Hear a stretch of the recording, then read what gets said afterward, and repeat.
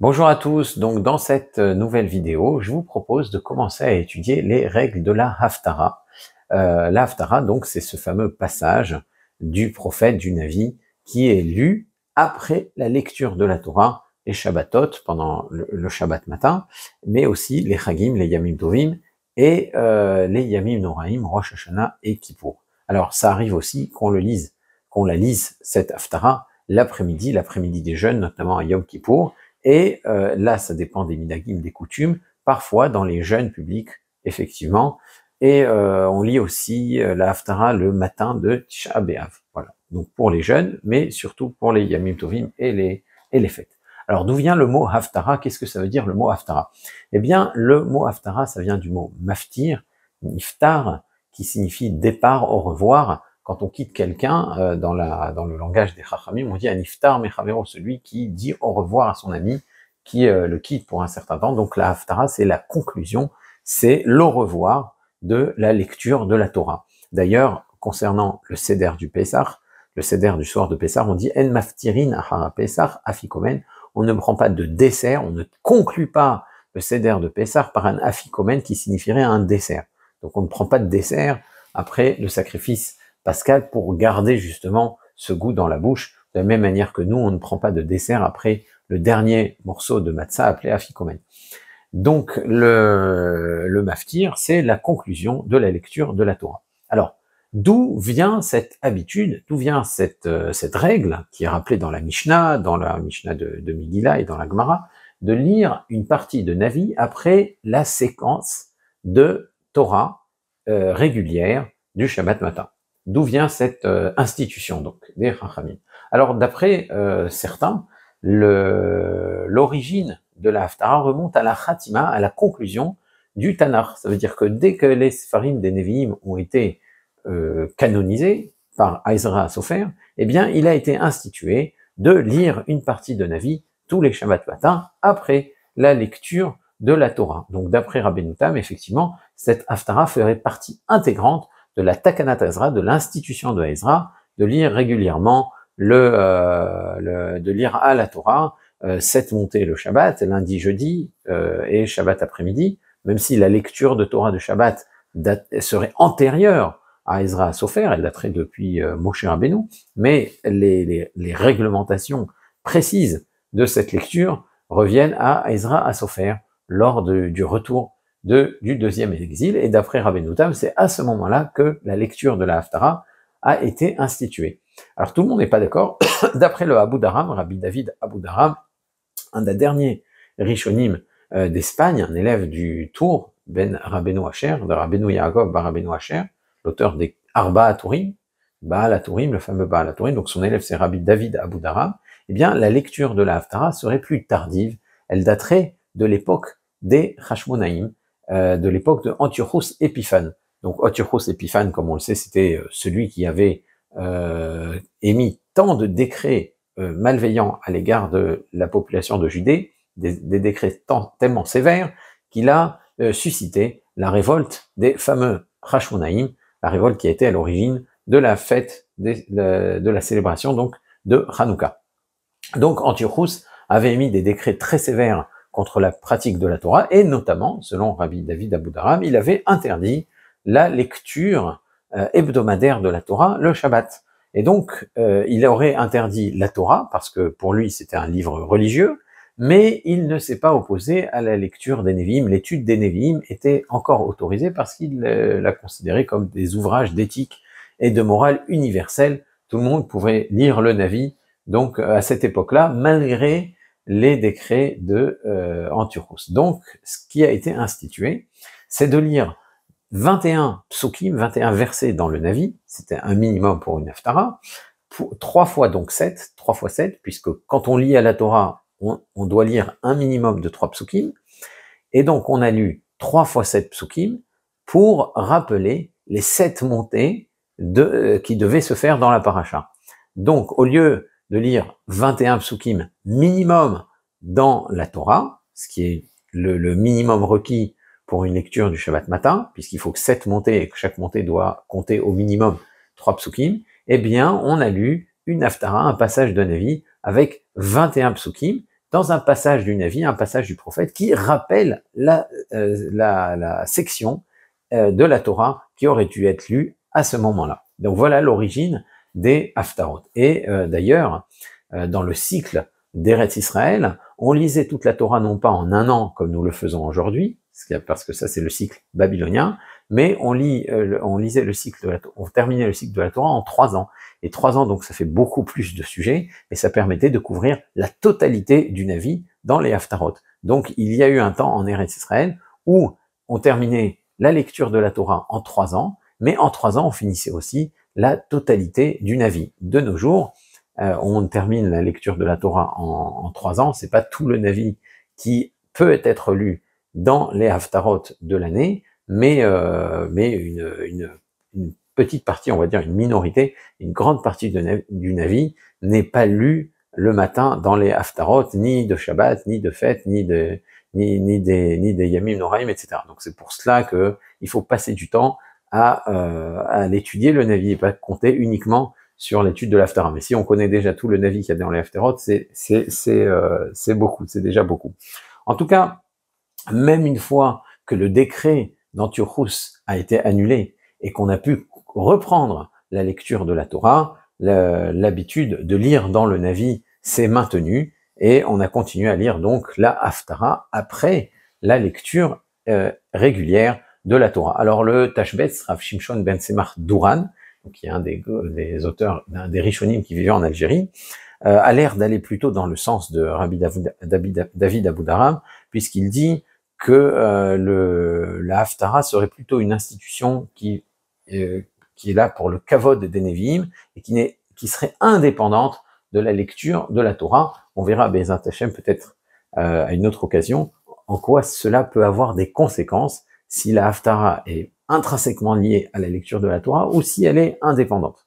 Donc, alors, pourquoi spécifiquement dans le Navi, pourquoi dans les prophètes et donc dans les Ketuvim? Comme vous le savez, le Tanakh est divisé en 3 parties. Il y a la Torah, les Chamisha Moshe Torah, le Pentateuch, les 5 livres de la Torah de Moshe Rabbeinu.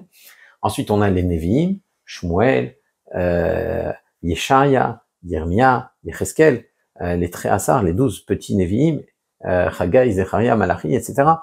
Et on a aussi les Ketuvim, la 3e partie du Tanakh, les hagiographes, donc, dans lesquels vous avez la Megillat Esther, les 5 Megillot, la Megillat Echa, Megillat Ruth. On a les Tehillim qui font partie des Ketuvim, on a le Sefer Ezra, Sefer Nehemia qui font partie des Ketuvim, les Divrei Hayamim, les Chroniques, etc. Pourquoi ce passage qu'on lit à la place de la Torah, surtout s'il a été institué pour remplacer la Torah, selon ce que dit le Rav David Aboudaram, eh bien pourquoi on le choisirait uniquement dans les Nevi'im et non dans les Ketuvim? Alors d'abord, les Nevi'im, vraisemblablement, c'est plus vaste comme récit. On a beaucoup plus la possibilité de trouver des passages qui rappellent les passages de la Torah, les parashiot qui sont censés être lus Shabbat matin. Et deuxièmement, ça c'est plus intéressant, il y avait une interdiction à l'époque des Chachamim de lire dans les Ketuvim, de lire dans les hagiographes, la 3e partie donc du Tanakh, le Shabbat et les fêtes. Alors pourquoi c'est tellement un problème de lire dans les Ketuvim? Est-ce que c'est un problème de lire la Megillat Esther, de lire Ezra, de lire Divrei Hayamim le Shabbat? Pourquoi c'est un problème? Eh bien, on dit, Rashi explique, Mishum des Mashri. Les Ketuvim, ils sont passionnants, ils sont fascinants.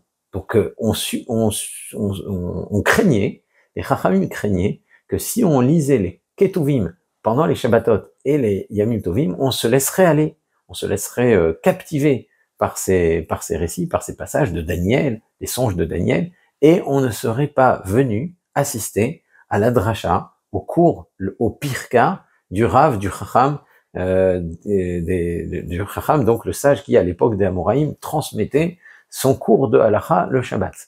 Donc, mais bien sûr, on n'est pas à ce point captivé par les Ketuvim de nos jours, au point de ne pas assister à un cours. C'est plus facile pour les gens d'assister à un cours que de lire un passage des Ketuvim. En tout cas, en Chutz La'aretz, c'est la réalité. Peut-être qu'en Eretz Israël, on a une facilité avec la langue, c'est peut-être plus captivant Daniel. Mais même, je suis quand même pas sûr.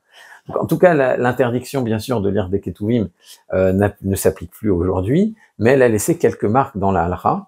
Donc, ça serait une des raisons qu'on ne lit pas, on ne choisit pas la Haftara dans les Ketuvim, mais uniquement dans les Nevi'im, qui seraient moins captivants, moins passionnants que les Ketuvim, comme les Proverbes, les Michelet, les Kohelet, les Megillot, etc.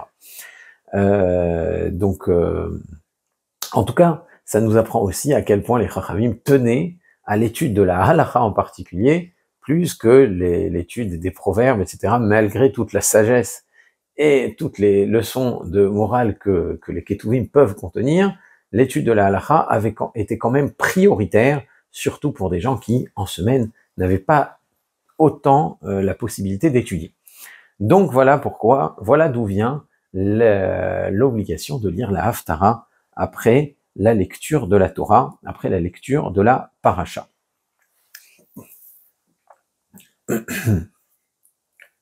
Alors, pourquoi, quand on monte pour la Haftara, on doit relire un passage de la Torah? Pourquoi on lit un petit morceau encore de la Paracha avant de lire la Haftara? Si de toute façon on doit monter pour lire la Haftara, eh bien on fait monter les 7 personnes réglementaires, on dit le Kaddish parce qu'on a terminé la lecture et on a fait monter les 7 personnes réglementaires, et ensuite le Maftir monte, lit la bracha qui précède la Haftara, lit sa Haftara et lit les brachot qui suivent la Haftara, de la même manière que celui qui monte à la Torah lit la bracha qui précède sa lecture, il lit son passage de la Torah et il dit sa bracha pour conclure sa lecture. Donc là, la même chose, on devrait faire la même chose, mais au lieu de lire la Torah, il va lire son morceau de Haftara et il va dire les brachot avant et après la Haftara. Eh bien, en réalité, effectivement, c'est comme ça que la montée du maftir devrait se dérouler. Seulement, si on faisait comme ça, eh bien, ça montrerait qu'on accorde autant d'importance au Navi qu'à la Torah. Donc maintenant qu'on lit la Torah et aussi le Navi, on ne peut pas mettre sur un pied d'égalité la lecture de la Torah de Moshe, le Chumash, et celui du Navi, et celui de la Haftara. On dit en effet que le plus grand des Nevi'im, c'est Moshe Rabbeinu, et aucun Navi postérieur ne peut se permettre de remettre en question la Torah de Moshe. Il peut renforcer la Torah de Moshe, il peut insister sur des mitzvot de la Torah de Moshe qui auraient été abandonnés par ses contemporains. C'est ce que vont faire tous les Nevi'im d'ailleurs, Ishaïa, Yecheskel, Yermia, mais le corpus de la loi, ça reste le Chumash, ça reste la Torah de Moshe. Et donc on doit bien garder en tête cette supériorité de la Torah de Moshe par rapport aux Nevi'im qui lui sont postérieurs. Je vous recommande, pour bien comprendre ce sujet, d'étudier les introductions du Maïmonide et ses halachot sur les Yesodei à Torah à ce sujet. Pour comprendre à quel point c'est important de Loka be Israël que Moshe Rod, qu'il n'y a pas d'autres navis comme Moshe Rabbeinu. Alors c'est une question de pérennité de la loi, de bien insister sur le fait que Moshe Rabbeinu soit un plus grand navi que ses successeurs. Aucun navi ne peut remettre en question Moshe Rabbeinu. Et donc, on ne peut pas lire la Haftara de la même manière qu'on va lire un passage de la Torah. On est obligé de dire que la Torah reste supérieure. Et donc c'est pour cela que celui qui monte pour la Haftara, il est obligé de relire aussi un passage de la Torah pour dire, maintenant que j'ai lu la Torah et que j'ai respecté la Torah, eh bien je peux me permettre à présent de respecter aussi, de montrer du kavod aussi au Nevi'im en lisant un passage dans les prophètes qui ressemble au passage de la Torah, donc pour perpétuer cette fameuse lecture, comme l'a expliqué le Rav David Abudaram ou Rabbeinu Tam. Alors, la lecture de la Torah avant la Haftara, c'est pas toujours pour le kavod de la Torah. Il y a des moments où on sort 2 sifrei Torah, par exemple, pour les Yamim Tovim, pour les fêtes, ou quand Shabbat tombe Rosh Chodesh, par exemple, on sort un premier Sefer Torah où on va lire la Paracha, un deuxième Sefer Torah pour l'occasion. À ce moment-là, quand on va lire le deuxième Sefer Torah, eh bien, c'est ce qu'on appelle aussi Chovat Hayom. Il y a aussi une obligation de lire ce deuxième Sefer Torah, indépendamment de la Haftara. On doit lire le passage de Rosh Chodesh aujourd'hui. De la même manière, dans les fêtes, indépendamment de la Haftara, on doit lire dans le premier Sefer Torah, et dans le deuxième Sefer Torah, on doit lire le sacrifice de la fête. Donc, la lecture dans le deuxième Sefer Torah est aussi Chovat Hayom. Et donc, on ne la lit pas pour le kavod de la Haftara. Donc, c'est aussi Chovat Hayom, d'ailleurs. Donc, on va lire le deuxième Sefer Torah, on va dire à nouveau le Kaddish pour cette deuxième lecture, parce que c'était une lecture obligatoire. Mais étant donné qu'on a lu à la Torah, on peut, celui qui est monté pour ce deuxième Sefer, peut d'ores et déjà lire la Haftara. Alors il y a des communautés où quand on sort 2 sifrei Torah, le maftir, le maftir va relire le deuxième Sefer Torah. On va lire le deuxième Sefer Torah 2 fois. Une première fois parce que c'est obligatoire, et là on lira le Kaddish, et après le maftir va monter, lire dans le deuxième Sefer Torah pour le kavod uniquement de la Torah, puisque on a déjà lu dans ce Sefer, et là il va enchaîner sur sa Haftara. Donc selon cette autre coutume, qui est notamment la coutume de Yerushalayim, mais aussi de certains endroits en Afrique du Nord, eh bien, la première lecture dans le deuxième Sefer Torah, c'est une lecture obligatoire, et la deuxième lecture dans ce deuxième Sefer Torah, c'est pour le kavod de la Torah, parce qu'on peut pas lire la Haftara tout seul, comme on l'a expliqué. Alors, qui peut lire la Haftara? Qui on peut faire monter pour la Haftara? D'après le Rama et le Magen Avraham, un jeune enfant qui comprend pour qui il récite les brachot et qui sait suffisamment bien lire la Haftara peut monter pour la Haftara, il peut la réciter aussi. Alors, est-ce que c'est obligatoire de savoir bien lire pour monter à la Haftara? Oui, dans la mesure où celui qui monte va être celui qui lit la Haftara. Dans certaines communautés, on va voir qu'on lit la Haftara dans un rouleau de parchemin écrit par un sofer. Alors dans ce cas-là, c'est plutôt le Chazan qui a bien préparé la Haftara qui va lire. Eh bien, si c'est comme ça que ça se passe, même quelqu'un qui sait pas très bien lire peut monter pour la Haftara, il va dire les brachot, et le Chazan, le Baal Koré, le lecteur, va lui lire la Haftara, comme on le fait pour la lecture de la Torah. Mais en tout cas, à partir, même un enfant qui comprend pour qui il dit les brachot, peut monter à la Torah, et d'après le Rama, il pourrait monter pour n'importe quel Haftara, y compris vraisemblablement paracha de Zachor, la paracha de Para, qui sont des parachiotes pour Zachor en tout cas c'est quasiment à l'unanimité, qui sont des obligations de lecture de la Torah. Alors, le Baer Etev, lui, il émet quand même quelques réserves pour la lecture de Zachor. Il dit qu'un enfant, on ne devrait pas le faire monter pour la paracha de Zachor parce que c'est une obligation de la Torah. Et étant donné que c'est une obligation de la Torah, on ne devrait faire monter qu'un adulte qui est pleinement astreint au mitzvot et pas un enfant qui ne réalise les mitzvot que par éducation, que en attendant qu'il grandisse. Mais selon le Rama, c'est possible. Il existe cependant des coutumes de faire monter le Rav, de faire monter que le Rav ou une personne importante pour certaines haftarot, notamment bien sûr celle de Zachor, mais aussi vous avez par exemple la haftara de Shuvah, où on fait des réprimandes au Tzibour, hein, donc c'est pas n'importe qui peut monter et dire à l'assemblée vous devriez faire tes Shuvah. On fait quand même monter quelqu'un qui est en mesure, en capacité de dire aux gens de faire Teshuvah. Chazon aussi, la haftara qui précède le jeûne de Tisha B'Av, et on fait pas monter n'importe qui parce que c'est aussi une haftara de réprimande. Et vous avez aussi la haftara par exemple du char divin, la haftara de Yecheskel du char divin qu'on récite après la lecture des Aseret Adibrot à Shavuot. Là aussi, on a l'habitude de faire monter quelqu'un quand même d'important à la hauteur du sujet qui va être abordé. Mais en réalité, selon la stricte halakha, comme le dit le Rama, un enfant pourrait parfaitement monter pour n'importe quelle haftara, c'est la stricte halakha. Mais s'il y a des coutumes spécifiques, bien sûr, il faut respecter ces usages là où ils sont établis. Donc il y a encore d'autres petites règles concernant la haftara qu'on n'aura pas traitées aujourd'hui. Donc je vous propose de les traiter dans une prochaine vidéo. Si vous avez des questions au sujet de ce qui a été développé, n'hésitez pas à les poser dans les commentaires ou dans notre discussion WhatsApp. Et d'ici là, je vous dis à très bientôt. Au revoir.